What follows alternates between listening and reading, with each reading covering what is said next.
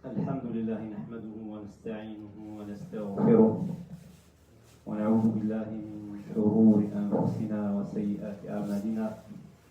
من يهده الله فلا مضل له ومن يضلل فلا هادي له.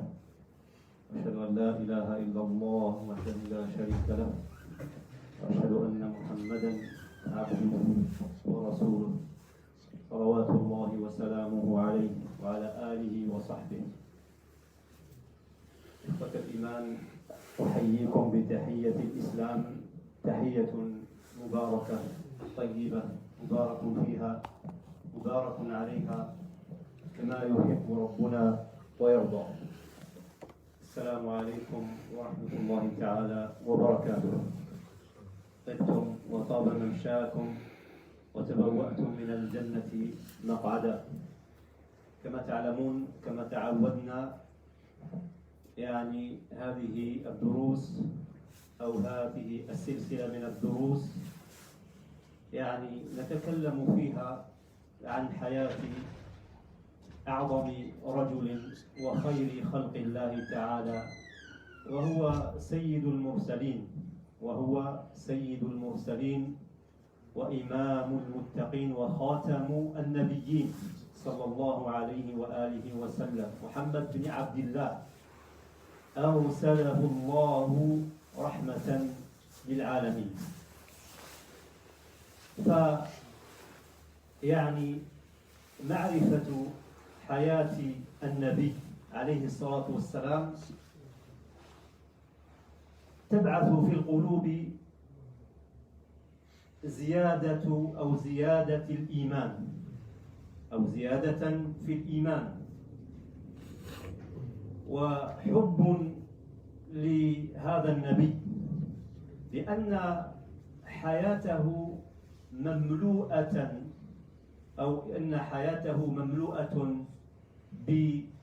بالأحداث العظيمة والوحي، وكيف يعني بدأ الإسلام به صلى الله عليه وسلم، وكان رجل واحد. فمعرفة حياة النبي عليه الصلاة والسلام تزيد في القلب حبا وثباتا على هذا الدين. يزيد العبد هذه الدروس أو معرفة حياة النبي عليه الصلاة والسلام ثباتا على الدين، لأنك لما ترى النبي عليه الصلاة والسلام وقد ابتلي وقد مرت به يعني مراحل في حياته قبل النبوة وبعد النبوة، إلى أن يعني لقي ربه تعالى، فترى في حياته مواقف وأحداث وكيف بنى جيلا أو أسس يعني أمة تعبد الله عز وجل ولا تشرك به شيئا. Je disais, mes chers frères et sœurs, que connaître la vie du prophète alayhi salat wa salam, elle donne un amour spécial. Elle donne vraiment, elle aide à se raffermir dans la religion. Car lorsque le croyant, il voit les étapes de la vie, ou bien ce qui s'est passé dans la vie du prophète alayhi salatu wassalam comme événements majeurs qui font que yani, c'est des leçons pour toute la communauté. Et comment il a formé des hommes, il a bâti cette umma, cette communauté qui adore Allah Azza wa Jal et lui donne aucun associé. Et c'est ça le but de Al-Risala. Et c'est ça le but de message de tous les prophètes et aussi le but de notre prophète alayhi salatu wassalam, wa huwa tawhidullah azza wa jalla, l'unicité d'Allah azza wa jalla. إذن في الدرس الماضي تكلمنا عن أشياء عدة منها يعني رأينا يعني نسبه sa lignée et on a vu aussi أبناءه وأزواجه, on a vu sa descendance, ses enfants, ses épouses, ses enfants يعني ses enfants garçons et filles. Aujourd'hui, bi'idhnillah, نواصل, on va continuer. لما بلغ النبي عليه الصلاة والسلام لما ولد النبي عليه الصلاة والسلام وكان من عادة العرب كما قلنا أنهم يسترضعون أولادهم, c'est-à-dire c'était la tradition des Arabes à l'époque qu'ils donnent pour allaiter leurs enfants. فأخذته حليمة السعدية في قبيلة بني سعد.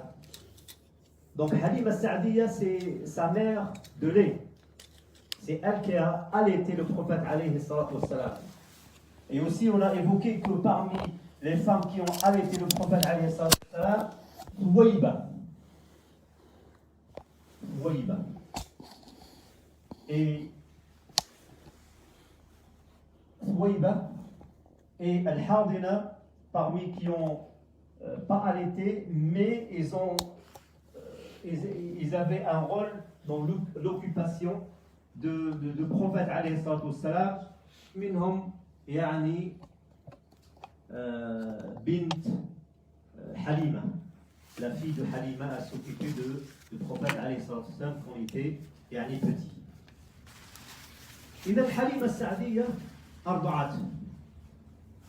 حليمة السعدية أرضعته وكان في بني سعد.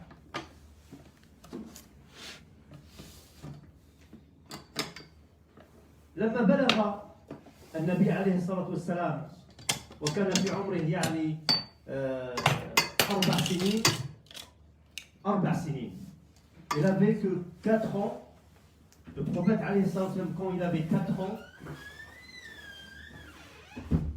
وقد اختلف العلماء dans son âge, dans cet événement grandiose, majeur. وهي حادثة شق الصدر, c'est-à-dire l'ouverture de sa poitrine, que les anges ils sont venus, ils ont ouvert sa poitrine. Voilà l'événement, et s'est passé quand il était chez Halima, sa mère de lait, quand il allaitait chez Halima. إذن جاء في الدلائل عند أبو نعيم وصححه الذهبي, يعني الحديث صححه الذهبي وصححه ابن كثير والألباني رحمه الله. Ils ont authentifié le hadith. وجاء في الدلائل عند أبو نعيم يقول النبي عليه الصلاة والسلام قال جاءني طائران أبيضان كأنهما نسران. Le prophète عليه الصلاة والسلام nous rapporte cet événement quand il était chez Halima dans la tribu de Bani Sa'd. Il a dit, j'étais en train de jouer avec les petits et il s'est isolé un peu et là il a dit, je vois 2 oiseaux grands, blancs, de couleur blanche, c'est comme des aigles. فقال أحدهما, يعني les 2 oiseaux, les 2 aigles blanches ou blancs, أحدهما, l'un d'eux il parle avec l'autre, il dit أهوه, est-ce que c'est lui? C'est-à-dire on est envoyé pour cette mission, est-ce que c'est pour lui, c'est ça le jeune homme, le petit? L'autre il dit Ahuahu, Yaqulu, Yani Qala Na'am. L'autre il dit oui, c'est lui. L'autre, l'aigle, oiseau blanc, il dit à l'autre oui, c'est lui, notre cible, notre objectif aujourd'hui et notre mission. قال فأخذاني فبطحاني للقفا. Et le prophète alayhi salam a dit que ces deux aigles ils l'ont pris فبطحاني وهما ملكان, ces deux anges. فبطحاني, c'est-à-dire ils m'ont allongé sur la nuque, sur son dos.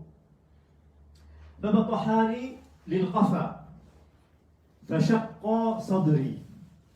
Et ils ont ouvert ma poitrine. Ils ont ouvert ma poitrine. ثم استخرج قلبي. Ils ont pris mon cœur. Ils ont sorti mon cœur de sa poitrine. ثم شق صدري ثم استخرج قلبي فشقاه فأخرج منه علقتين سوداواتين قال هذا حظك من الشيطان. Et puis il a dit, ils ont fait sortir mon cœur, et puis ils ont ouvert le cœur, ils ont enlevé deux petites pièces en chair noire de mon cœur. Ils ont dit ça, hada habdu shaytan. Ils ont dit que cela c'est la part de shaytan. C'est-à-dire le prophète alayhi salatu wassalam, les anges ils ont nettoyé son cœur. Ils ont nettoyé totalement le cœur du prophète alayhi salatu wassalam.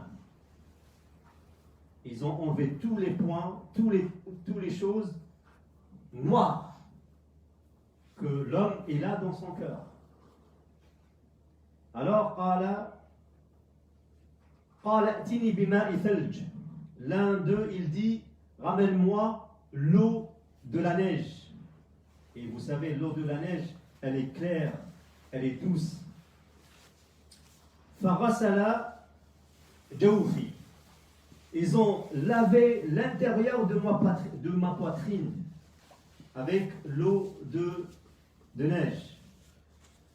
Thumma qalu i'tini bibarad. C'est-à-dire, vous voyez quand c'est pas la neige, mais c'est des boules en neige. On appelle ça barad. Et là, ils ont lavé son cœur avec cette eau. La deuxième eau. Ils ont lavé son cœur avec cette eau. ثم قال ائتني بالسكينة. Ils ont pris السكينة, la sérénité. فقذفها في قلبي. Ils ont pris la sérénité que Allah Azza wa Jal leur a donnée. Ils ont injecté cette sérénité dans le cœur du prophète alayhi salatu wassalam. Tout cela, nous les êtres humains, les gens, peut-être, ça paraît quelque chose de ولكن إن الله على كل شيء قدير. وهذا حديث صحيح جاء في شق الصدر، وكل العلماء وافقوا أو يقرون على صحة هذا المشهد وهذا الحدث. Tous les savants authentifié cet événement, que le prophète alayhi salatu wassalam, il a été nettoyé les anges ils ont fait nettoyer son cœur, ils ont lavé son cœur, et puis قال اجعله في كفة واجعل أمته أو ألفا من أمته في كفة. Et les anges, l'autre, un il dit, mets-le dans un côté de la balance et mets dans l'autre côté de la balance 1000 personnes de sa communauté. فقال النبي عليه الصلاة والسلام, je les voyais et j'avais peur qu'ils tombent sur moi. C'est-à-dire ils étaient plus hauts que lui dans la balance. Ça veut dire quoi? Ça veut dire que lui, il était plus lourd que 1000 personnes de sa communauté. Donc, il a vraiment, la balance, elle a pesé, que le prophète, il était très très lourd par rapport à 1000 personnes de sa communauté. Waqal, même, il a dit, si on met toute sa communauté dans ce côté de la balance, il aurait pris le poids lourd de cette pesée.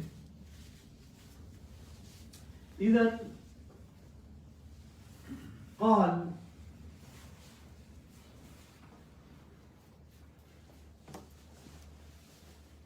فطرقت خوفا. النبي عليه الصلاة والسلام il a dit, j'ai eu peur. J'ai eu vraiment peur.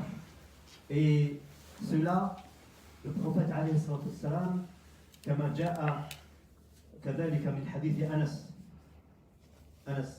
بن مالك قال كنت أنظر أو أرى أثر المخيط في صدري.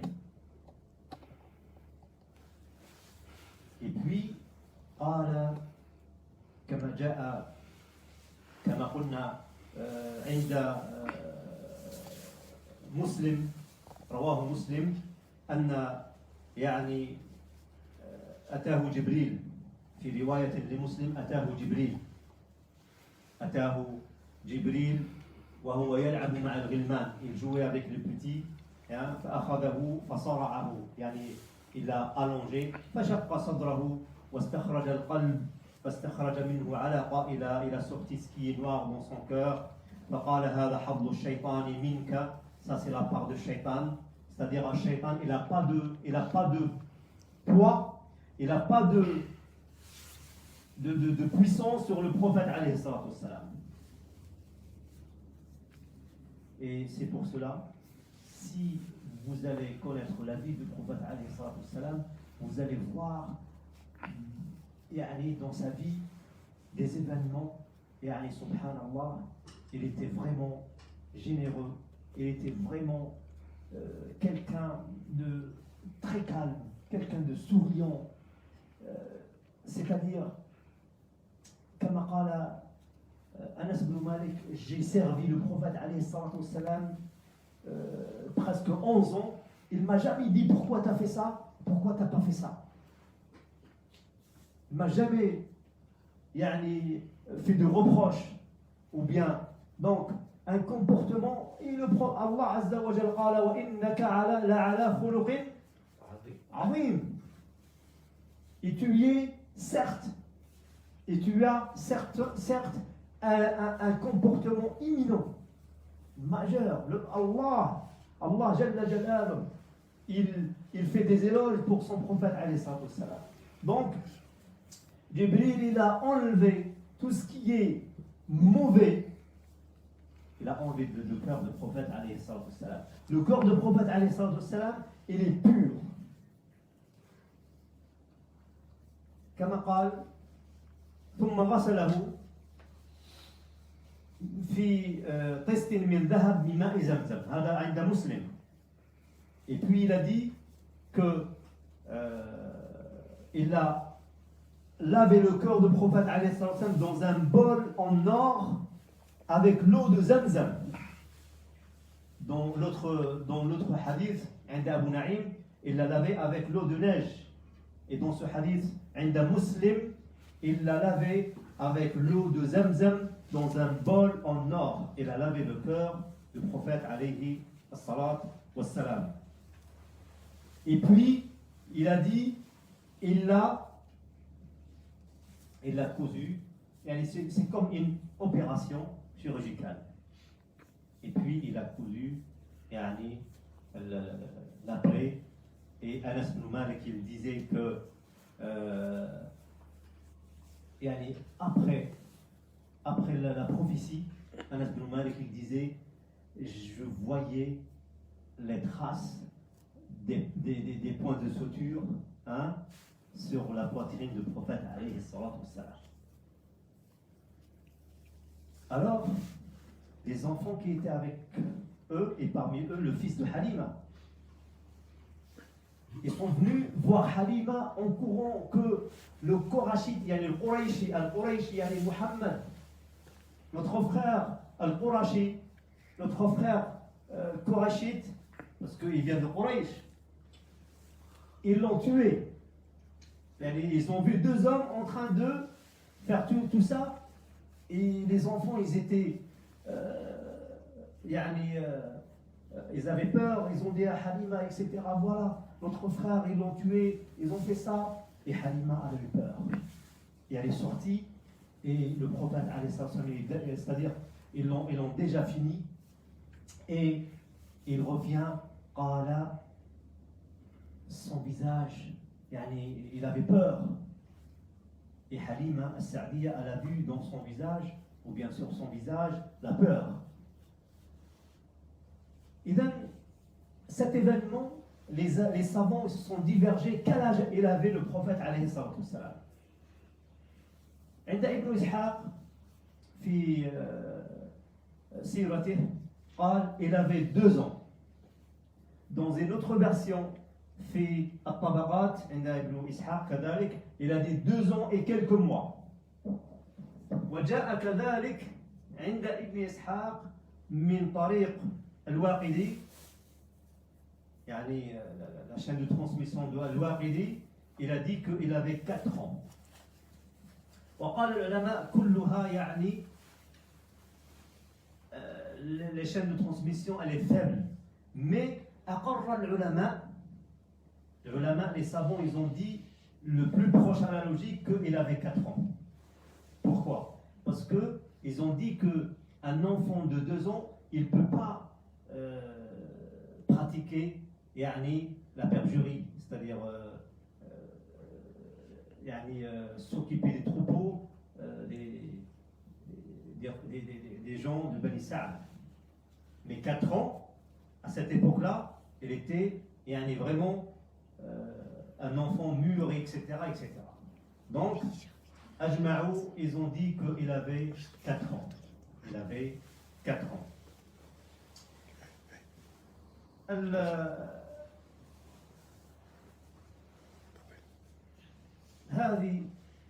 هذه يعني حادثة شق الصدر. Cet événement, on l'appelle شق الصدر, يعني ils ont ouvert sa poitrine. وقال العلماء, cet événement il s'est produit dans la vie du prophète alayhi salam 2 fois. Cette fois-ci, quand il avait 4 ans, il était chez Halima, fi Bani Sa'd. Et la deuxième fois, ils ont dit que juste avant l'événement de l'Isra ou al-Mi'raj, l'ascension et le voyage nocturne jusqu'à la mosquée en Palestine, de Mecca jusqu'à la mosquée en Palestine. Ils ont dit juste avant cet événement de l'ascension et le voyage nocturne, il a eu une deuxième fois, Jibril il est venu et il a enlevé son cœur, il a fait la même opération et la même chose. الآن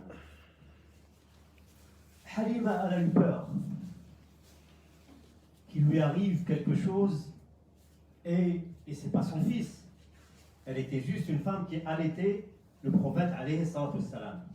Alors elle a pris notre prophète alayhi salatu wassalam, il avait 4 ans, et elle a pris et elle s'est dirigée vers Mecca pour lui rendre à sa mère. Elle a eu peur. Et là, elle arrive, elle a dit à Aminatu bint Wahab, la mère du prophète alayhi salatu wassalam, elle a dit Halima, tiens, moi ma mission elle est finie. Maintenant il a 4 ans, il est grand, ma mission elle est finie. Et la mère du prophète alayhi salatu wassalam, elle n'était pas choquée. Parce que Halima lui a raconté l'histoire comme quoi ce qui s'est passé. Quand les enfants, ils ont vu que les deux hommes en train de lui couper, et voilà la trace. Donc la mère du prophète, alayhi salatu wassalam, elle a dit, n'aie pas peur pour lui. N'aie pas peur pour lui, car quand j'étais enceinte de lui, enceinte, c'est-à-dire quand il était dans le ventre de sa mère, le prophète, alayhi salatu wassalam, elle a vu dans son rêve une lumière qui sorte de elle, et la lumière, elle s'étend jusqu'à les palais de Cham. Les palais de Cham. Donc ce rêve-là, donne des indices comme quoi cet homme-là, cet enfant-là, il aura quelque chose de spécial. Donc c'est pour ça la mère du prophète alayhi salatu wassalam a dit, n'aie pas peur pour lui, n'aie pas peur. نعم ثم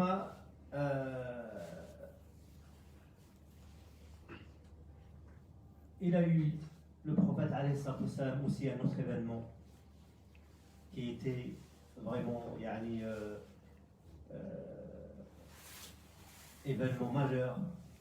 Après avoir perdu son père, il n'a pas connu son père. Donc maintenant, sa mère, Amina, elle a eu la mémoire, elle s'est rappelée de son mari qui est mort à côté de Médine.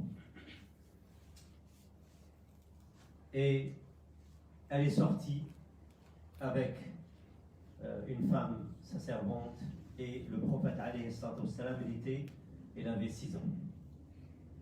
Pour aller jusqu'à Médine, et en même temps elle visite la tombe de son mari.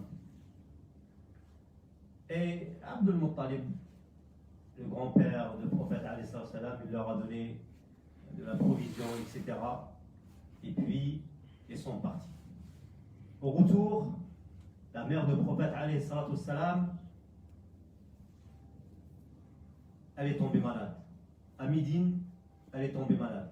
Mais au retour, sur le chemin de retour, la maladie, elle s'est aggravée. Alors, dans une région qui s'appelle Ahsa, elle est décédée. Elle est décédée. Et puis, Abdul Muttalib, il est parti chercher le prophète alayhi salam et la femme qui était avec pour les faire rentrer à la Mecque. Maintenant, il a perdu sa mère. Et c'est qui a pris le relais? C'est le grand-père Abdul Muttalib. Abdul al-Muttalib. Le prophète alayhi salam, il a vécu son père, et puis voilà un autre événement triste. Il a perdu sa mère, et puis Abdul Muttalib, son grand-père, il l'aimait beaucoup. Vraiment, il préférait le prophète alayhi salatu wassalam, malgré il a fait des enfants. Alors, quand Abdul Muttalib, il était le chef à Mecca, il mettait des nappes pour s'asseoir à côté de la Kaaba. Les gens de Quraysh, les gouverneurs et les hauts placés de Quraysh, ils venaient tous pour s'asseoir, et parmi eux Abdul Muttalib. Et surtout quand les hommes importants des autres tribus, ils viennent à Mecca et les reçoivent là-bas. Alors le prophète alayhi salatu wassalam, les enfants de Abdul Muttalib, et ils sortent avant leur père, et ils s'assoient toujours autour, et ils laissent la place à Abdul Muttalib. Personne ne s'assoit. C'est par respect, etc. Sauf le prophète alayhi salam, il était jeune, il s'assoit. Et les fils de Abdul Muttalib, ils veulent comme on appelle, décalé. L'enlever de la place, et Abdul Muttalib, il dit non, laissez-le. Laissez-le, mon fils, yani hada, inna lahu sha'nun 'azim. Hada, l'enfant, mon fils, il aura quelque chose de il sera très important dans cette vie-là. Il sera un homme très important. وكذلك, il avait l'occasion de s'asseoir avec les hauts placés, les hommes, avec les hommes des tribus, les chefs des tribus, la sagesse. Il a appris la sagesse, il a appris le vrai discours des grands hommes. إذن كان تربى في حضن جده بعد يعني وفاة أمه. Donc c'est le grand-père qui a pris le relais après la mort de sa mère. بعد ذلك, le grand-père, il est mort aussi. Et maintenant, le grand-père, il a donné, yani, pour qu'il s'occupe de Muhammad alayhi salatu wassalam, Abu Talib, yani, ammahu, l'oncle du prophète alayhi salatu wassalam, yani le frère de son père. فكذلك يعني كان النبي عليه الصلاة والسلام في حضن عمه, وكان يعني il aimait beaucoup Abu Talib, il aimait beaucoup le prophète alayhi salatu wassalam, et il prenait soin vraiment de notre prophète alayhi salatu wassalam.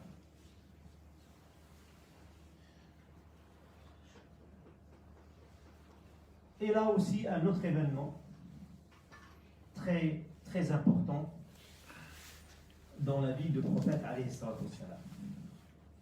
Et cette fois-ci, il avait 12 ans. Il avait 12 ans. Le prophète alayhi salatu wassalam, il avait 12 ans. Et Ammou, Abu Talib, kharaja fi tijara ila Sham. Abu Talib, avec une caravane, il est sorti vers Sham pour faire du commerce. وأخذ معه النبي عليه الصلاة والسلام, il avait que 12 ans. Il a pris avec lui le prophète alayhi الصلاة والسلام, il avait que 12 ans. حتى وصل إلى بصرة. Et elle faisait partie de Sham à cette époque-là. Donc ils ont atteint le Basra, ou Busra, elle faisait partie de Sham. هذا الحديث جاء يعني عن أبي موسى الأشعري. Écoutez bien mes chers frères, هذا الحديث, c'est Abu Musa al-Ash'ari qui rapporte le hadith. Comme quoi, Abu Talib, l'oncle du prophète alayhi salam, il est sorti pour faire du commerce, et il avait avec lui le prophète alayhi salam, il avait que 12 ans. فيقول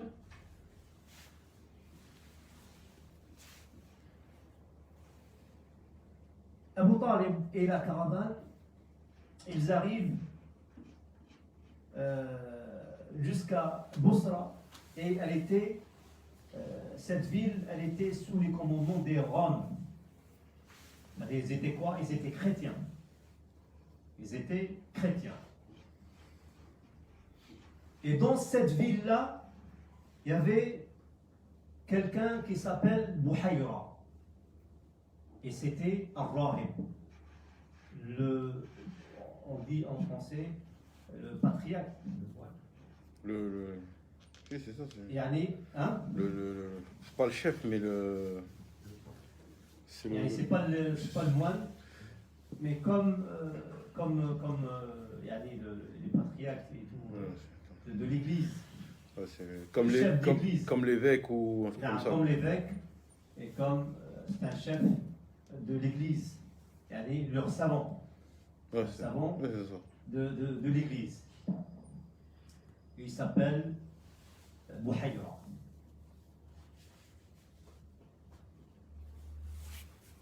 Et que la caravane, elle s'est arrêtée au périphérique de cette ville. Et là, Bouhayra de l'église, il a vu une caravane arriver. Et il a vu des choses. De là, il a vu des choses inimaginables au sein de cette caravane. Il dit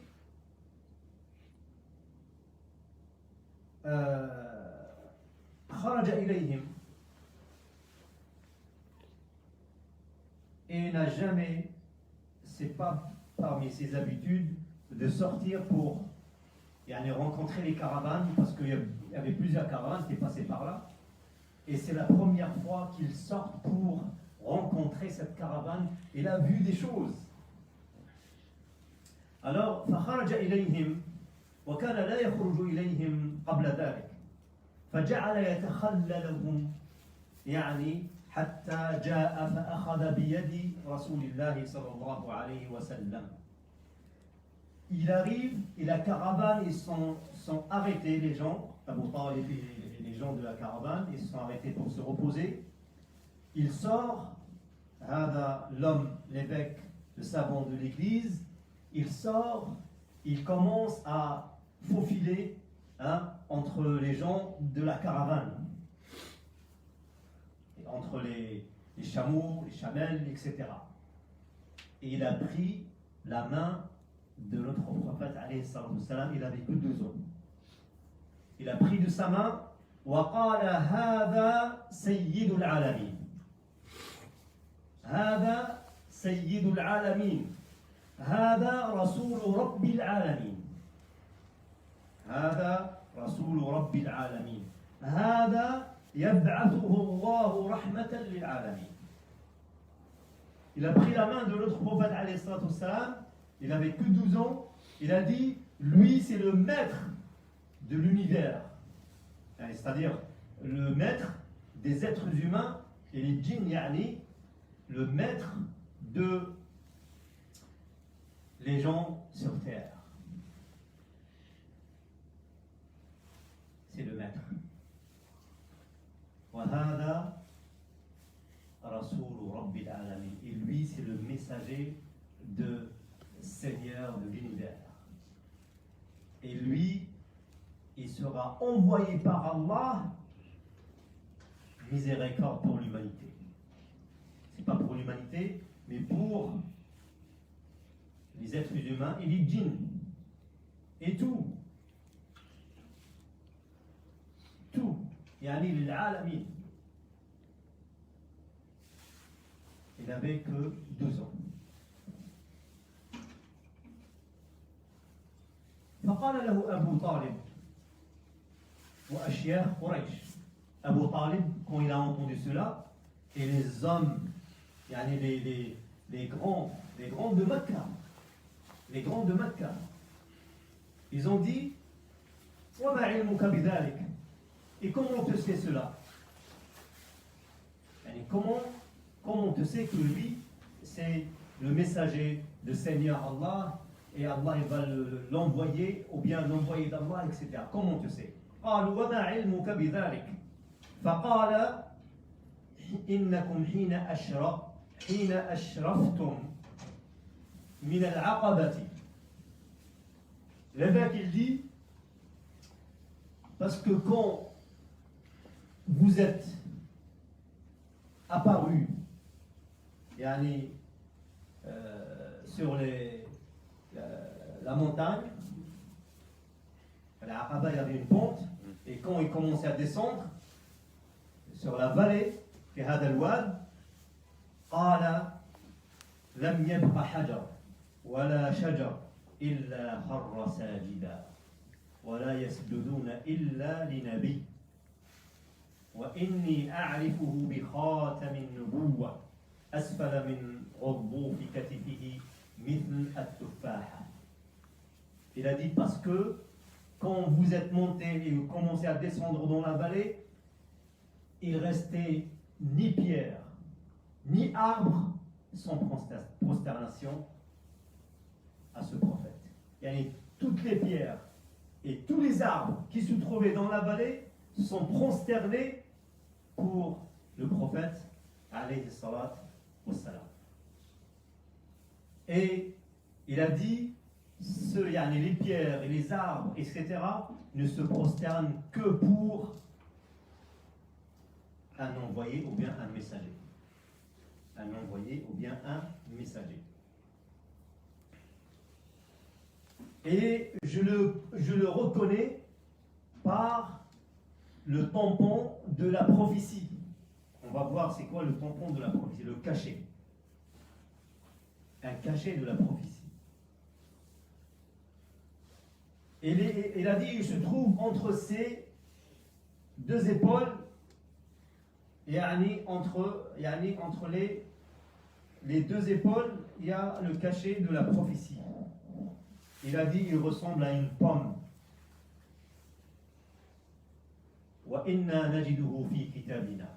Et on le trouve mentionné dans le livre, la Torah, l'Ancien Testament et le Nouveau Testament, le Nouveau Testament. Et la Torah et la Bible. Mentionné chez eux comme quoi, cette époque-là, il va sortir le dernier des messagers. Il leur a donné à manger, etc. etc. Il a dit, tu ne le prends pas avec toi au Sham, parce qu'il a peur pour lui que les Roms et les Juifs ils vont le reconnaître, parce qu'ils connaissent comme quoi le cachet, il a des signes, et ils vont le tuer. وقيل في رواية أخرى dans une autre version, il leur a donné à manger et soudain 7 personnes, les Romains, les Roms, ils viennent passer par là. Et le savant de l'Église, il leur a dit, vous allez où, qu'est-ce que vous cherchez? Ils ont dit, c'est ce mois-ci, il y a le messager, le dernier des messagers va apparaître dans ces environs-là. C'est-à-dire, on va le voir dans la région. Après, il leur a dévié avec, il a dit non, il n'y a personne ici, qu'est-ce que vous dites, etc. Il a eu peur. Il a eu peur. Mes chers frères, هذا الحديث, ce hadith-là, اختلف فيه العلماء هل هو صحيح أم ضعيف. Vous avez compris? Quand les pierres, les arbres se prosternaient pour le prophète alayhi salam, et elle a vu le cachet de la prophétie, les savants ils ont dit, est-ce que ce hadith de Abu Moussa al-Ash'ari il est authentique ou bien non? Pourquoi? Parce que dans la sire du prophète alayhi salam, il y a beaucoup de hadiths faibles et beaucoup de récits qui ne sont pas des récits du prophète alayhi salam. Il faut vraiment faire, comment on appelle? La part des choses. La part des choses et filtrer les événements pour que ça soit sûr de la source, de ce qu'on dit. الذهبي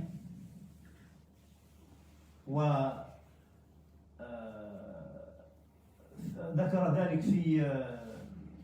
في تلخيص المستدرك ووافقه ابن كثير. Ils ont dit ce hadith il est موضوع, il n'est pas vrai. Il a ses arguments. Al-Dhahabi, il a ramené ses arguments pourquoi il n'est pas vrai.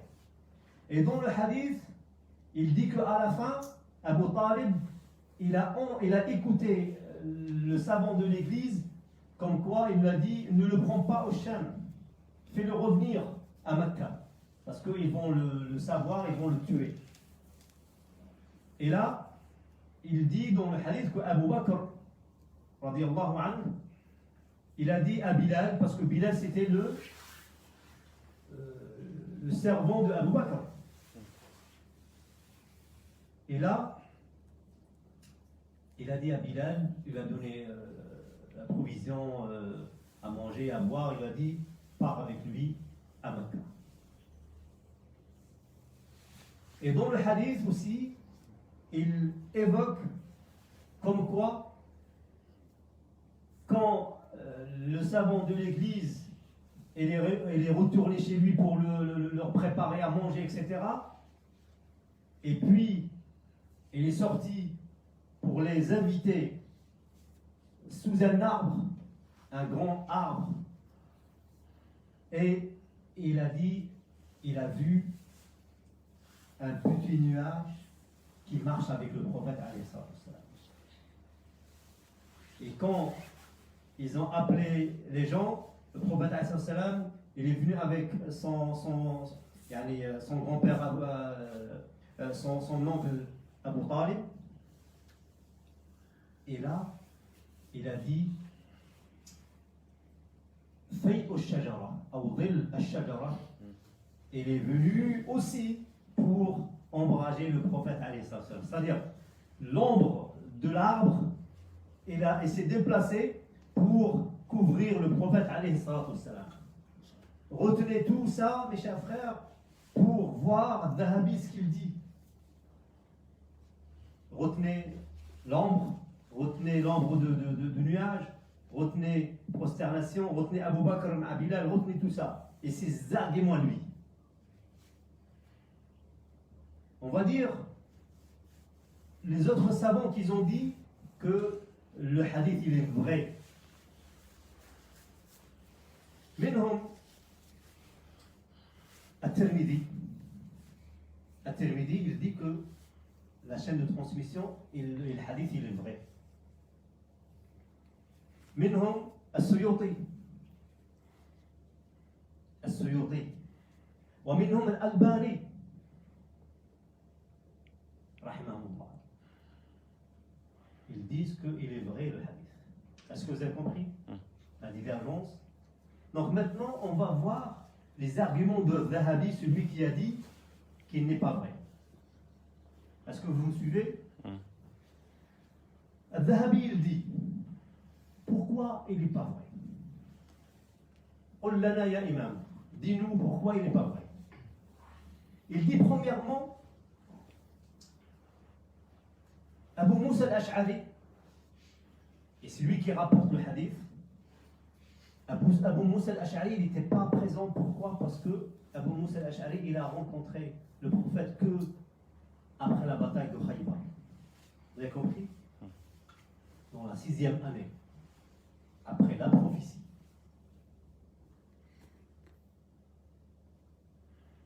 Et deuxième argument, il dit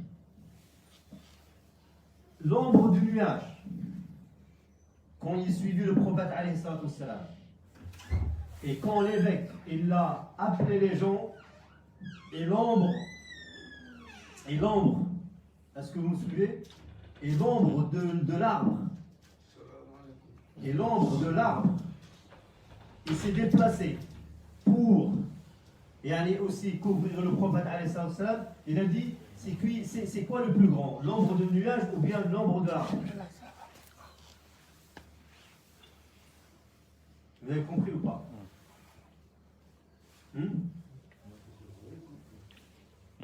Est-ce que vous avez compris? Non. Pas tout. Le nuage, l'ombre du nuage, il est plus grand que l'ombre de l'arbre. Il a dit, quand l'ombre du nuage est suivi le prophète alayhi salam, normalement l'ombre de l'arbre, il n'a aucun effet avec l'ombre du nuage. En fait, l'ombre de l'arbre, il n'avait pas besoin. Il n'avait pas besoin de se déplacer. L'arbre, celui de nuage, ça suffit déjà. Ça suffit déjà. Ou bien quand il vient, le nuage il va couvrir l'arbre et tout ce qui est dedans. Et puis il dit Abu Bakr. Abu Bakr, il a quel âge? Il était proche de l'âge du prophète. À ce moment-là, on a. À ce moment-là, Abu Bakr, yani l'âge de Abu Bakr.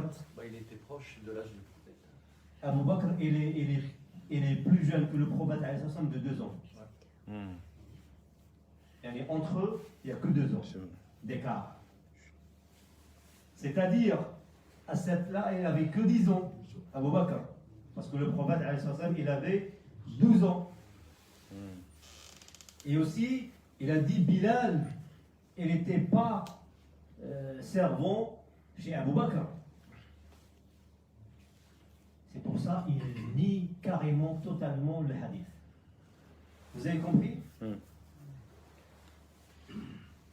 Mais d'autres savants, ils disent que non, le hadith, il est vrai. Tout ça. Et en plus aussi, il dit que, Al-Dhahabi, il dit que prosterner l'arbre, les arbres et les pierres, se prosterner. Allah Azza wa Jal, dinullah, yani se prosterner qu'à Allah Azza wa Jal. On ne se prosterne pas pour yani, les êtres humains. Et c'est un argument de plus qui dit Al-Dhahabi. Mais les autres savants, ils disent non. Tout ça, c'est vrai. Et ils disent que yani, l'histoire de Abu Bakr et Bilal, c'est un rajout, c'est tout. Que c'était pas Abu Bakr et c'était pas Bilal qui est revenu avec le prophète. Peut-être quelqu'un d'autre. Mais l'événement lui-même, il est vrai. Mais maintenant, nous, ce qui concerne notre sujet, c'est-à-dire le hadith il est vrai ou pas, là on sait réellement que les gens de livre, ils connaissent le prophète alayhi salam. Et ils connaissent avant l'envoyé du prophète alayhi salam qu'il va avoir un prophète à cette époque-là. Pourquoi? Tout est écrit dans leur livre, la Torah et la Bible. Donc les savants des fils d'Israël, ils connaissent. Ils connaissent, ils ont reconnu le prophète par les signes. Par les signes, naam. Maintenant, le cachet prophétie de la prophétie. Khatam al-Nubuwa. Khatam al-Nubuwa. جاء من حديث جابر بن سمرة أنه قال رأيت خاتم النبوة مثل بيضة الحمام. جابر بن سمرة, il dit que هذا le cachet, il ressemble à l'œuf d'un pigeon. Vous voyez l'œuf de pigeon? Il a la taille de l'œuf de pigeon, c'est-à-dire une boule qui sort et elle est sur le dos entre les deux épaules et elle est plus vers l'épaule gauche, une boule qui sort, une boule en chair qui sort, et ça c'est le khatam, le cachet de la prophétie. Et جاءت أحاديث أخرى توضح لنا يعني كيف كان الخاتم. Et d'autres hadiths qui sont venus montrer يعني comment il était le khatam de al-Nubuwa. Même les femmes sahabiyat, ils ont vu ce cachet. Même les femmes sahabiyat, ils rapportent qu'ils ont vu le cachet qui se trouve entre les deux épaules du prophète alayhi salatu wassalam. Khalid, bint Khalid ibn Saïd, Khalid ibn Saïd, il a ramené sa fille, elle s'appelait Khalid. Elle était petite. Il est venu voir le prophète alayhi salatu wassalam. Et elle était habillée avec un habit jaune. Et le prophète alayhi salatu wassalam, avec une langue de yani, Rome, il a dit ah c'est beau, yani, c'est beau ton habit, elle est belle ta robe, elle est belle ta robe. Et elle était petite. Et elle disait, je montais sur le prophète alayhi salatu wassalam et je touchais Khatam al-Nubuwa avec sa main, et le père, son père Khalid ibn Sa'id, il lui dit non, ne touche pas, laisse. Et le prophète alayhi salatu wassalam lui dit non, laisse-la. Donc elle rapporte elle disait que je me rappelais, j'étais avec mon père et je touchais le Khatam al-Nubuwa avec ma main. Et d'autres hadiths, ils disent que Khatam al-Nubuwa, c'est une boule et autour il y a des poils. Tu vois, une boule qui sort un peu et autour et au milieu il y a quelques poils et autour des poils autour de ce Khatam. Et plusieurs compagnons qui ont vu Hada le cachet, Ta al-Nubuwa. Donc, il y a beaucoup de hadiths qui rapportent la définition et comment il était yani Khatam al-Nubuwa et le cachet yani, de la prophétie. Et d'autres hadiths, il dit que un homme qui s'appelle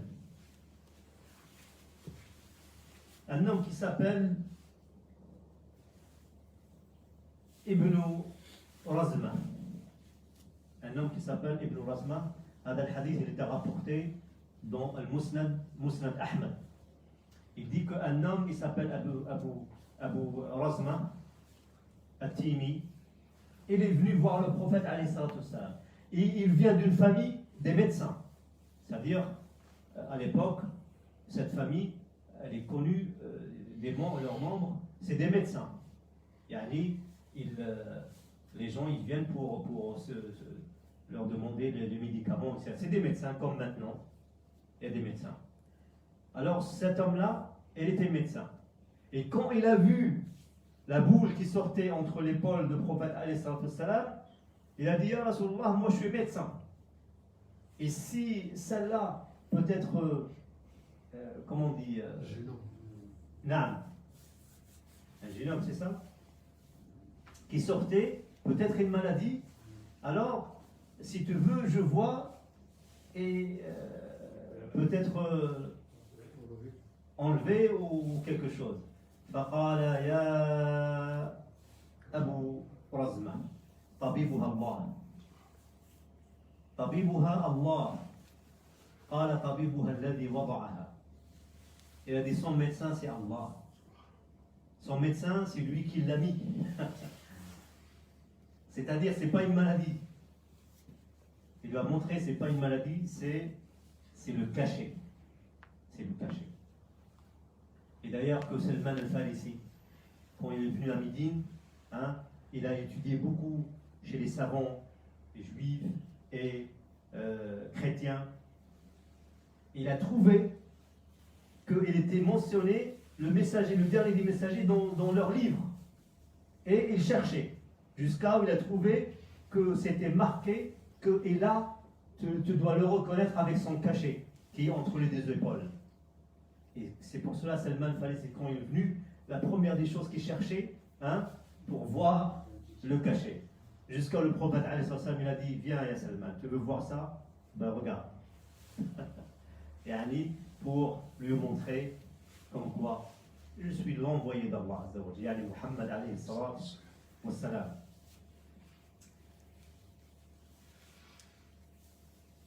Mais, vous allez trouver, mes chers frères et sœurs, des hadiths au propos ou bien au sujet de ce cachet. Yani, si vous allez par exemple lire des livres et vous allez trouver des hadiths qui parlent de comme quoi yani, sur le cachet c'est écrit, yani, à l'écriture, comme quoi, comme certains qui disent que c'était écrit Muhammad Rasulullah. Ibn Hajar il dit que tous les hadiths qui mentionnent comme quoi le cachet, il y avait l'écriture, c'est un hadith rejeté. Il y a des hadiths daïfs. Et ils ont dit pourquoi peut-être les rawi, ils ont mélangé entre sa bague, hein, parce que le prophète il avait une bague qui était marquée Muhammadun Rasulullah. C'est pas le khatam al-nubuwa, c'est pas le cachet, la bague qui était sur son dos, mais la bague qui était sur son doigt, c'était marqué, hein, Muhammadun Rasulullah. نعم عبد الله بن عمرو بن العاص عبد الله بن عمرو بن العاص il disait dans le hadith quand il lisait la parole d'Allah Azza wa Jal qui se trouve في سورة الأحزاب يا أيها النبي إنا أرسلناك شاهدا ومبشرا ونذيرا وداعيا إلى الله بإذنه وسراجا منيرا. Il a dit, quand il lit ce verset, ô prophète d'Allah, on vous a envoyé Mubashiran, un avertisseur. Wa nadhira, Mubashiran, annonciateur de la bonne nouvelle et un avertisseur. Quand il lit ce verset qui se trouve dans la sourate des coalisés, Abdullah ibn Amr ibn al-As, il dit, et il y a un verset semblable dans la Torah qui dit Ya ayyuhan nabiyyu inna arsalnaka shahidan wa mubashiran wa hirzan lil ummiyina wa hirzan lil ummiyina. Donc dans la Torah c'est marqué le même verset mais un rajout de hirzan lil ummiyin, etc. dans le yani dans leur Ancien Testament. Maintenant, mes chers frères, on va évoquer un événement qui s'est passé à Mecca. Quand il avait 20 ans, le prophète, il avait 20 ans. Il avait 20 ans à Mecca et s'est passé un événement. وتسمى هذا الحدث يسمى بحرب الفجار. La guerre de la perversie, c'est-à-dire une guerre pervers. Harbu al-Fijar, la guerre de la perversie. هذه الحرب وقعت في السوق عكاظ, dans un marché qui s'appelle Ukav, à Mecca. بين قريش وكنانة وبين رجل قيس Aïlan. Cette guerre, elle s'est passée entre Quraysh et Kinana, une autre tribu qui s'appelle Kinana, et un homme qui s'appelait Qais Aïlan. وسببها, il y a plusieurs versions, يعني la cause de cette guerre. سببها أن un homme de Bani Kinana, اسمه البراء, اغتال 3 رجال من قيس عيلان. Quelqu'un de Bani Kinana, il a tué 3 hommes de Qais, qui appartient de la tribu à cet homme-là, Qais Aylan. Et puis, وصل الخبر إلى عكاظ, et là, dans le marché, l'information est venue comme quoi tel de Bani Kinana, il a tué 3 hommes de telle tribu, de Qais Aylan. Et là, une guerre qui se déclenche entre les deux adversaires. سموها يعني سميت بحرب الفجار. إذن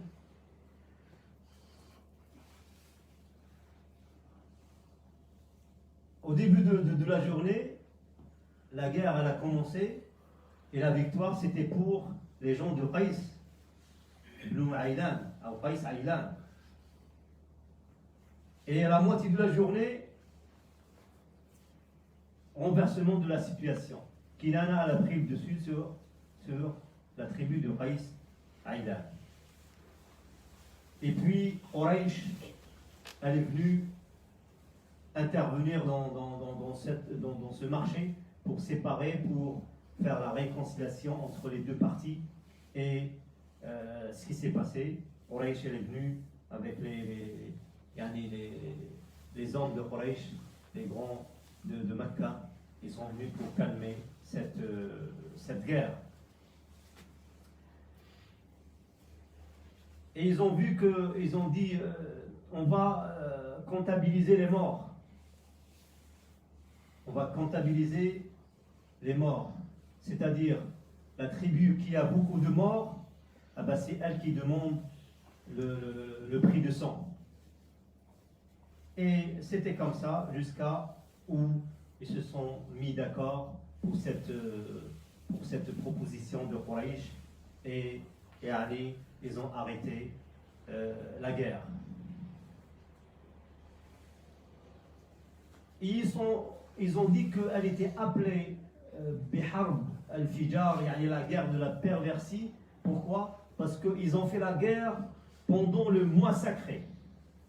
Et le mois sacré, comme vous savez tous, que même les politistes, ils savent que la guerre pendant les mois sacrés, c'est interdit.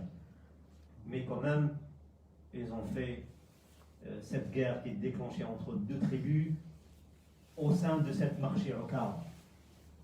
Naam.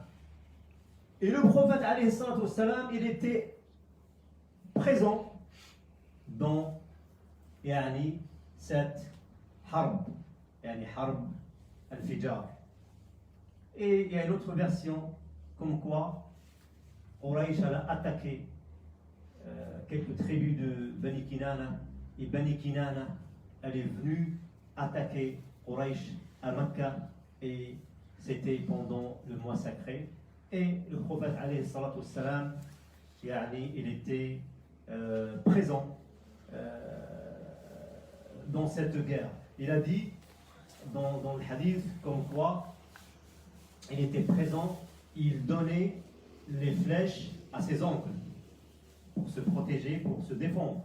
Pour se défendre, alors il donnait les flèches. Pourquoi? Parce que Bani Kinana, c'est eux qui ont attaqué pendant le mois sacré. C'est Bani Kinana qui ont attaqué Quraysh pendant la période, le mois sacré. Et vous savez tous comme la guerre est interdite pendant le mois sacré. Un autre événement, juste après cette guerre, un événement où le prophète alayhi salatu wassalam, il était présent aussi. Il était présent aussi. وهو في ذي القعدة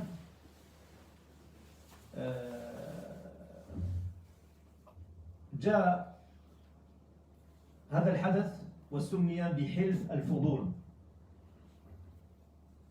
حلف الفضول, c'est-à-dire تحالف رجال, c'est-à-dire on appelle حلف comme on appelle les coalisés, c'est-à-dire que se sont mis d'accord pour être les protecteurs de chaque personne opprimée à Mecca. Hilf al-Fudul. Al-Fudul, des gens nobles de Mecca. Et on va voir c'est quoi l'histoire. قريش بنو هاشم وبنو المطلب وأسد وزهرة بن كلاب وتيم بن مرة أو بن مرة اجتمعوا في دار عبد الله بن جدعان التيمي. Ces tribus sont rassemblées dans la maison de Abdullah ibn Jud'an al-Timi. Et il était un homme âgé et noble.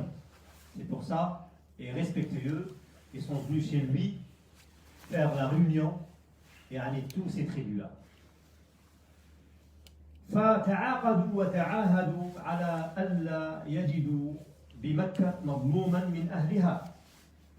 Et dans une autre version, ils disent que quelqu'un, pas mécois, il est venu faire le commerce. Et quelqu'un de la Mecque, il lui a pris sa marchandise, il ne lui a pas payé. Et c'est pour cela, quand il est venu réclamer son argent, les gens de cette tribu, les gens, celui qui lui a pris la marchandise, il lui dit non, je te donne rien. Et c'est pour cela qu'il était seul. Et là, il sort dans les rues de Mecca et il commence à dire voilà, tel qui m'a pris mon argent, etc., etc. Et c'est pour cela, ces gens-là, ils ont pris l'épée, ils ont parti dans la maison de Abdullah ibn Jud'an, ils se sont mis d'accord pour défendre toute personne qui vient à Mecca, il doit être en sécurité.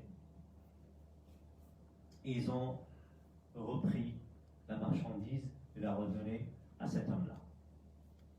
Elle est comme genre une petite police qui, pour mettre de l'ordre dans la ville de Mecca. كان النبي عليه الصلاة والسلام après la prophétie, après il était envoyé, il était messager, il avait ici, il avait que 20 ans et quelques, il n'était pas encore prophète pendant cet événement.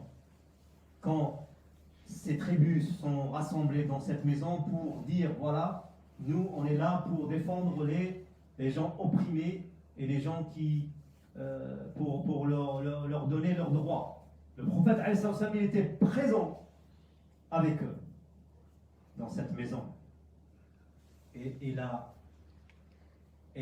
contribué pour instaurer ce noble cette noble chose qui dit qu'il faut défendre les gens qui ont perdu leurs droits. Alors le prophète alayhi salatu wassalam, après la prophétie, il dit dans le hadith, il dit لقد شهدت في دار عبد الله بن جدعان أو بن جدعان حلفا ما أحب أن لي به حمر النعم ولو أدعى به في الإسلام لا أجبت. Il a dit j'étais présent dans ce pacte le pacte de Al-Fudul, le pacte des gens respectueux. J'étais présent dans la maison d'Abdullah ibn Jad'an. J'ai assisté à ce pacte. J'aurais jamais, s'il me donne les chamelles rouges, j'aurais préféré d'être là que les chamelles rouges. C'est-à-dire un acte noble qui vaut mieux que les chamelles rouges. Et bien sûr, mes chers frères et sœurs, que quelqu'un qui intervient pour défendre le démuni, défendre les droits des autres, etc. C'est quelque chose, ou bien réconcilier entre les gens, etc. C'est quelque chose de noble. Il a dit, et maintenant dans l'islam, s'il me demande, ou il m'invite, ou il me convoque, c'est-à-dire il me demande d'assister dans un pacte semblable, j'aurais été le premier à être assisté, être présent. إذن هذا الحلف il vient, هذا le pacte que ces gens de plusieurs tribus sont rassemblés dans la maison d'Abdullah ibn Jud'an et ils ont instauré cette loi comme quoi ils vont défendre toute personne qui a perdu son droit à Mecca c'est quelque chose de noble. S'il vient à l'encontre de al-asabiyya al-jahiliya, il vient à l'encontre de comme on appelle, le nationalisme. Hein? Le nationalisme. C'est-à-dire, c'est pas un Mécois, il a pris la marchandise de quelqu'un qui n'est pas Mécois, alors on va être avec le Mécois. On appelle ça nationalisme. On appelle ça dhulm. C'est opprimer quelqu'un. Injustice. L'injustice. C'est de l'injustice. Alors, ce hilf que le prophète alayhi salatu wassalam, il était présent et Allah il a voulu qu'il soit présent alors qu'il n'avait que 20 ans avec les grands hommes, les hommes importants de Mecca, et lui il avait que 20 ans, il était présent. Donc Allah Azza wa Jalla, il le prépare aux choses nobles, aux choses, et c'est la base de cette religion. C'est combattre l'injustice et combattre le nationalisme. من دعا إلى عصبية فليس منا ومن مات على عصبية فمات على جاهلية. Le prophète alayhi salatu wa sallam dit, celui qui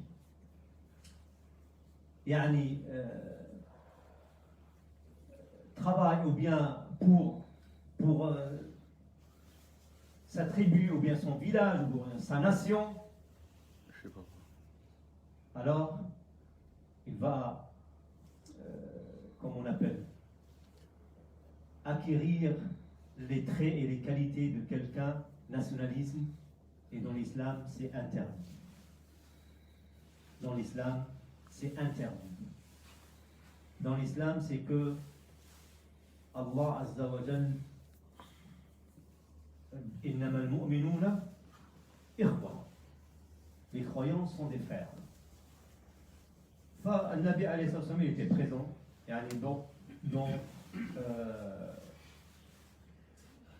dans cet événement, et il a dit, si dans l'islam ça se reproduit et la même chose, je serai le premier à être présent. Donc mes chers frères et sœurs, quand il y a quelque chose comme ça, on doit réconcilier entre les gens. On doit montrer al-haq pour que la justice soit, mais avec sagesse. Bien sûr, avec sagesse. Et avec hikmah. Avec hikmah, montrer les choses pour réconcilier entre deux personnes, réconcilier entre deux tribus, etc., pour que ce soit préserver le sang, préserver les musulmans, etc., etc. Et ça, c'est demandé dans notre religion. La vie du prophète, alayhi salam, Allah l'a préparé tout doucement pour l'événement grandiose et majeur. C'est le jour de l'annoncement de la prophétie à notre prophète alayhi salam. Il l'a préparé tout doucement en se présentant dans des événements comme ça. Et dans sa vie aussi.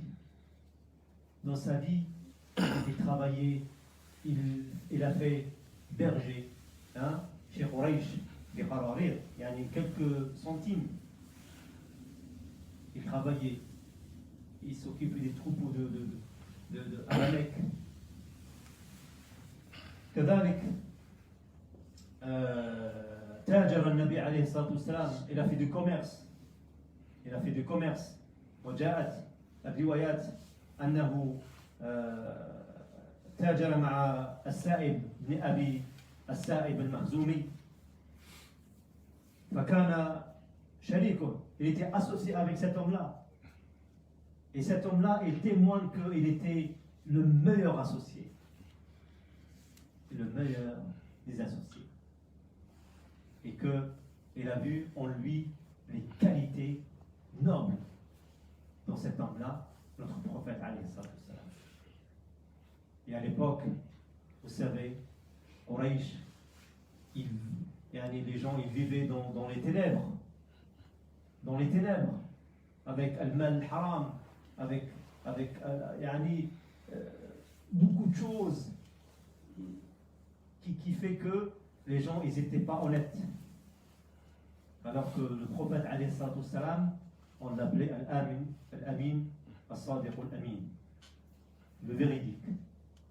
Alors Sa'ib ibn Abi Sa'ib al-Makhzoumi, il dit c'était le meilleur des associés.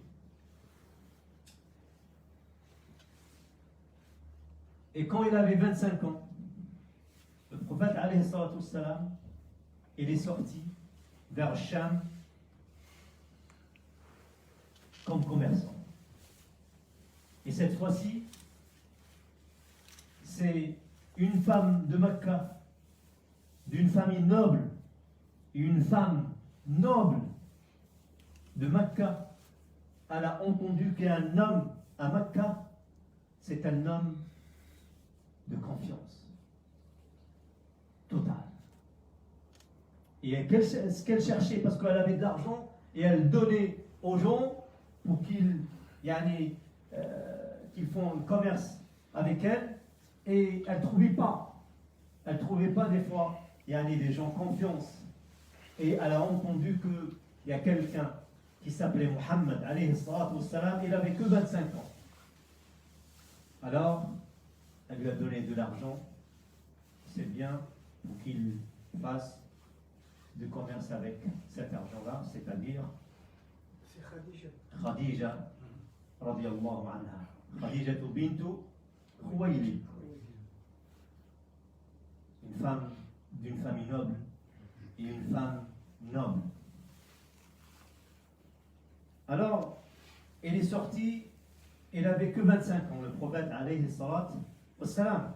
Il est sorti vers Cham pour le commerce. إذا بعثته أو خرج إلى الشام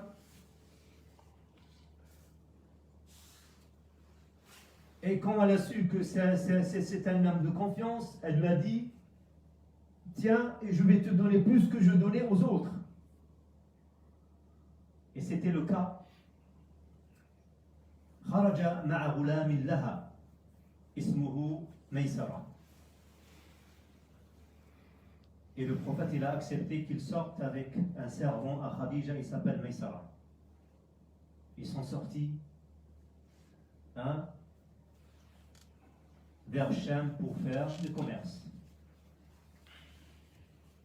Et Hada Maysara, il a vu un comportement, un comportement qu'il n'a pas vu dans n'importe quelle personne qu'il a fréquentée. Il a vu cet homme un homme modeste, un homme très très modeste, alors que lui, Maïsara, c'est un servant. Et il a vu comment le prophète, il n'avait que 25 ans, il traitait cet homme-là avec gentillesse, avec un comportement meilleur. Donc il a raconté tout ça à Khadija. Et puis le prophète, il disait donc il a vendu la marchandise de Cham, il a acheté d'autres marchandises pour la vendre à Mecca. Donc il a gagné plus et que les autres ne faisaient pas. Alors que Khadija elle était contente. Et là, un autre événement qui se passe dans la vie du prophète alayhi salatu wassalam. Et là, Allah il lui donne cette femme. Allah il lui donne cette femme, une femme noble, une femme de paradis. Khadija bintu Khuwaylid. Inch'Allah, on va voir comment s'est passé pour le mariage de notre prophète, alayhi salatu wassalam, il avait que 25 ans, avec cette femme qui était plus âgée que lui. Mais Allah Azza wa Jal, il a tout écrit que Khadija, elle sera parmi les gens de paradis. Et elle sera la femme ou l'épouse des derniers des messagers, le prophète Mohammed alayhi salam. Et quand elle a su, elle a vu yani, vraiment concrètement ce qui s'est passé avec son servant et ce qui s'est passé dans ses biens, comme quoi le prophète alayhi salam, il a même pas pris même pas un centime de ses biens, alors que les autres, il y avait des choses pas claires, et quand elle a vu que, c'est-à-dire, elle a gagné, et le servant, il a raconté des choses, yani, subhanallah, qu'il a trouvé meilleur chez cet homme-là, elle a yani, aimé cet homme-là. Elle a aimé cet homme-là. C'est pour cela, mes chers frères, je disais qu'Allah il a préparé le prophète alayhi salam pour l'événement majeur et il lui donne la prophétie. Il devient le dernier des messagers. Le dernier des messagers. Alors, Inch'Allah, le prochain cours, bi'idhnillah, on va voir comment le prophète alayhi salam, il a demandé la main de Khadija et comment s'est passé le zawaj al-Mubarak, et sachant que tous ses enfants, c'est avec Khadija. Tous les enfants de prophète alayhi salam avec Khadija. Il a combien d'enfants? La dernière fois 5 avec la 6. Combien de filles? 3. 4 filles. 2 garçons. Et combien de garçons? 2 avec 3 garçons. Déjà 2. Naam. Avec Khadija 2. Ouais. Et Ibrahim avec Maria. Donc en tout avec Khadija, il a 6 enfants. 2 garçons et 4 filles. 4 filles. Yani, c'est bien de connaître les enfants de prophète alayhi salam. Et après, à travers les cours, on va voir les épouses de prophète alayhi salam et les noms de Sahaba et ces hommes-là qui étaient autour de lui. Donc, tous ces enfants avec Khadija, sauf Ibrahim alayhi salam. Ibrahim, il est mort, il n'avait que 18 mois, hein, à Médine. Il vient de Maria al-Qibtiyya. Donc, on va voir, Inch'Allah, le mariage avec Khadija. Et puis,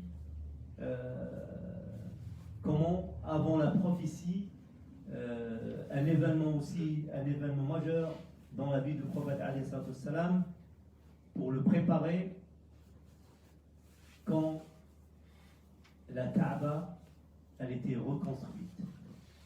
Et il a assisté, il a trouvé la solution entre les tribus, la solution pour mettre le Hajar al-Aswad à sa place. Alors on va voir, Inch'Allah, tout ça, Bénillah. Après, il y a des questions par rapport à ce cours-là. Inch'Allah, il reste 10 minutes. 10 minutes, Inch'Allah. Si quelque chose on n'a pas compris, ou bien quelque chose qui était un peu pas clair, et j'aimerais bien, Inch'Allah, qu'on a éclairci avant de... Pas de question. إذا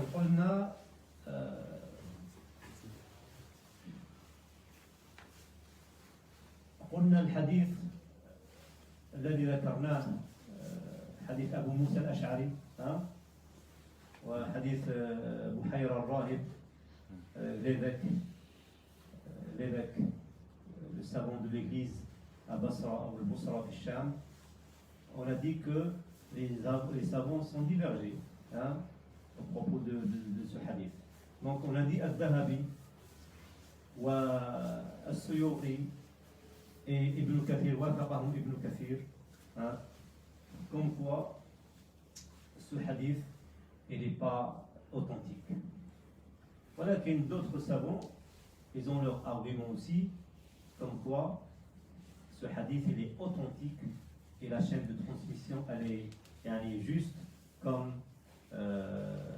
At-Tirmidhi ou Al-Suyuti. Al-Suyuti il dit que c'est un hadith authentique. ولكن الذهبي وابن كثير و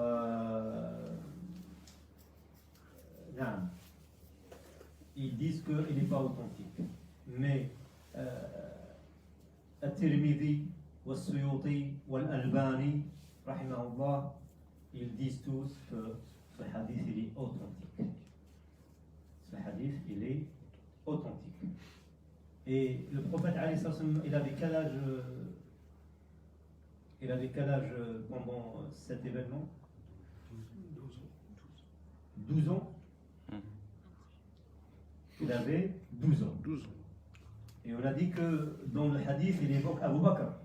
Qui avait 10 ans. Qui avait, normalement, s'il était présent, il avait combien? 10 ans. Il avait 10 ans. Normalement, s'il était présent, il avait 10 ans. Mais on a dit, nous, ce qui concerne réellement, c'est pas que le hadith il est sahih ou bien il n'est pas sahih dans ce qui s'est passé. Comme Tirmidhi, comme Al-Dhahabi, il dit non, impossible que Abu Bakr il était là et que le nuage, il évoque aussi Bilal qu'il était servant chez Abu Bakr et puis parce qu'il l'a acheté chez Abu Jahl, que après la prophétie et que Bilal il n'était pas servant d'Abu Bakr. Là, puisque certains ulama qui disent que le hadith il est sahih, il y en a d'autres qui ont dit c'est pas sahih. Oui. Là, pour nous, normalement, qu'est-ce qu'ils disent les savants par rapport? C'est quoi la règle? Qu'est-ce qu'on doit suivre exactement? Là, je viens de dire, personnellement, moi ou toi, ou bien quelqu'un qui va étudier la sira de prophète alayhi salam, ce qui s'est passé, c'est pas très important, hein, que ce soit l'évêque il a vu les pierres et les arbres se prosterner, ou bien Abu Bakr était là parce qu'il l'a ramené à Mecca, etc. On a dit que le plus important, et ce qui est sahih, et ce qui est authentique, et que tous les savants sont d'accord, que les gens de livre, ils reconnaissent le prophète. Vous avez compris? Ils reconnaissent qu'ils ont lu dans leurs livres At-Tawrat ou Al-Injil comme quoi les signes de ce prophète. Donc, cette histoire que l'ombre de l'arbre, l'ombre de nuage, etc., c'est des choses,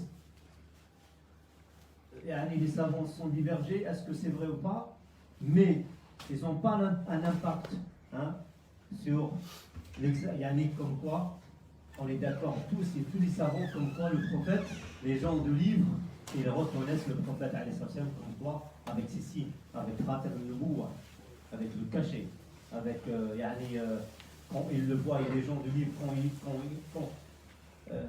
ils le voient, ils savent que c'est un homme et c'est le messager. إذن هذا هو الشيء الذي c'est ça la chose qu'on doit la fixer. Comme quoi, les gens de livre, ils le reconnaissent, comme quoi il va venir un prophète et un messager. Et les juifs, les fils d'Israël, Banu Israël, il savait que c'est l'époque d'un messager. C'est pour ça qu'il disait aux politistes arabes à Médine, attendez, parce qu'ils étaient en conflit avec eux, parce que Médine, il y avait Al-Aws ou Al-Khazraj, c'est des arabes, mais c'est des mouchriquins, les politistes. Et il y avait Al-Aws ou Al-Khazraj, et la troisième partie, c'était les juifs, les tribus des juifs. Alors, ils avaient des conflits avec Al-Aws ou Al-Khazraj, et il leur a dit, attendez, dans nos livres, on trouve que c'est une époque d'un messager, et c'est le dernier des messagers. Mais eux, ils croient qu'il vient d'eux. Vous avez compris? Au moins, ils pensaient que Allah il va envoyer ce messager de fils d'Israël. Et il disait aux Arabes de Médine, attendez qu'il sorte le messager, on va vous combattre. Et quand il est sorti, et ils ont vu qu'il vient des Arabes, et là, ils l'ont nié. Et là, ils ont dit non. Non, je ne crois pas en toi. Ils pensaient, ils attendaient qu'il venait d'eux. Mais quand ils ont vu qu'il vient de l'autre côté, ben ils ont dit. Mais ils ont vu que cet homme-là, ils savent que cet homme-là, c'est le messager. Avec les signes, avec le comportement qu'il a, avec les événements, avec les choses qu'il a mis à Médine. Ils savent que c'est le messager. Mais, par principe, leur principe et leur orgueil, etc., alors, ils ont refusé de le suivre. Et d'ailleurs, on va voir après, Inch'Allah, Abdullah ibn Salam, c'était un juif de Médine. Et à la vue du prophète, alayhi salatu wassalam, les Médinois, ils attendaient le prophète, alayhi salatu wassalam. Et c'était un juif qui est monté sur le palmier. Et quand il a vu 3 personnes, la caravane arrive, فقال يا أهل قال يا أهل قال الأوس والخزرج. Et les gens de Médine, leur arrière-grand-père, il s'appelle Qala. Là-bas, il a dit أهل قال لقد جاء جدكم يعني حظكم. Voilà votre chance elle est arrivée. Et là, Abdullah ibn Salam, il a entendu les gens crier à Médine, etc. Il était avec sa tante. Il a sursauté de la joie. Avec sa tante, Khalad. Il a dit, voilà, le prophète il est arrivé. La tante, il a dit, qu'est-ce que t'as fait ce geste-là joyeux, etc. Elle a dit, même Moïse, si Moïse il est venu, tu ne fais pas comme ça. Il a dit, non, Ya Khalati, ça c'est le dernier des messagers. Allah l'a envoyé pour établir l'ordre sur la terre, etc. On l'attendait, etc. Et là, Abdullah ibn Salam, il est rentré, quand il a vu le prophète, il a la modestie, il a su. Il était parmi les savants du fils d'Israël, Abdullah ibn Salam. Donc, quand il a vu, il a questionné, il a donné des questions, et le prophète il a répondu, il a embrassé l'islam. Et après, il a dit, Ya Rasulallah, si ils savent, ils vont. Mais Allah, écoute, moi je veux me cacher, et toi tu les invites. Les grands savants des Juifs de Médine. Toi tu les convoques, et moi je vais me cacher, et demande-leur qu'est-ce qu'ils pensent de moi. Et c'était vrai, il s'est caché, il a convoqué les grands des Juifs de Médine. Ils arrivent, ils s'assoient, il leur dit, qu'est-ce que vous pensez de Abdullah ibn Salam? Ils ont dit, c'est notre savant, c'est un homme noble, c'est un homme de justice, c'est un homme... ils ont fait des éloges. Et Abdullah ibn Salam, il sort devant eux. Il a dit, Amma ana fa inni ashhadu an la ilaha illallah وأشهد أن محمد رسول الله. Il a dit devant eux. Enfin, tout de suite ils ont dit, lui il est pourri, lui c'est le dernier des gens, il l'a insulté. Naam, sahir, etc., etc. Alors qu'il y a 2 minutes, il faisait Ces éloges. des éloges. Mais quand ils ont vu qu'il a embrassé l'islam, ils n'ont pas accepté. اللهم صل على محمد وعلى ال محمد كما صليت على ابراهيم وعلى ال ابراهيم اللهم بارك على محمد وعلى ال محمد كما باركت على ابراهيم وعلى ال ابراهيم في العالمين انك حميد مجيد. سبحانك اللهم وبحمدك اشهد ان لا اله الا انت استغفرك واتوب اليك.